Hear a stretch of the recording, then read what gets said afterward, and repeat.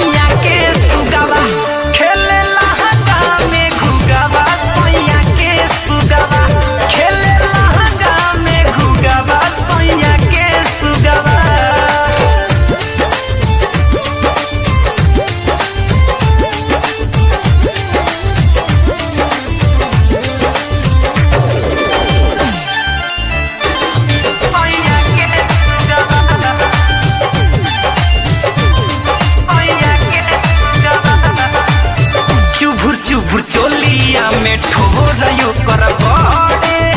करे लागे आगे पीछे जो सजब चढ़े चुभुर चुभुर चोलिया में ठोरयो कर बड़े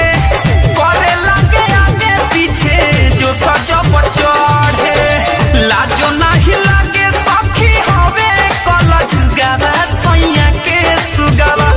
आय हाय लाजो नहीं लागे सखी हवे कलज गावा सैया के सुगावा हो सैया के सुगावा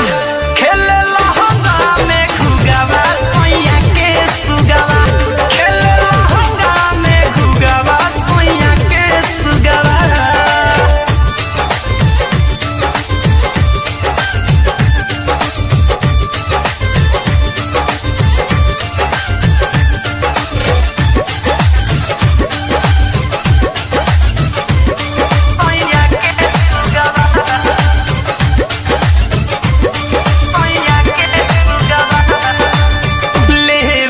मजा लोगे चो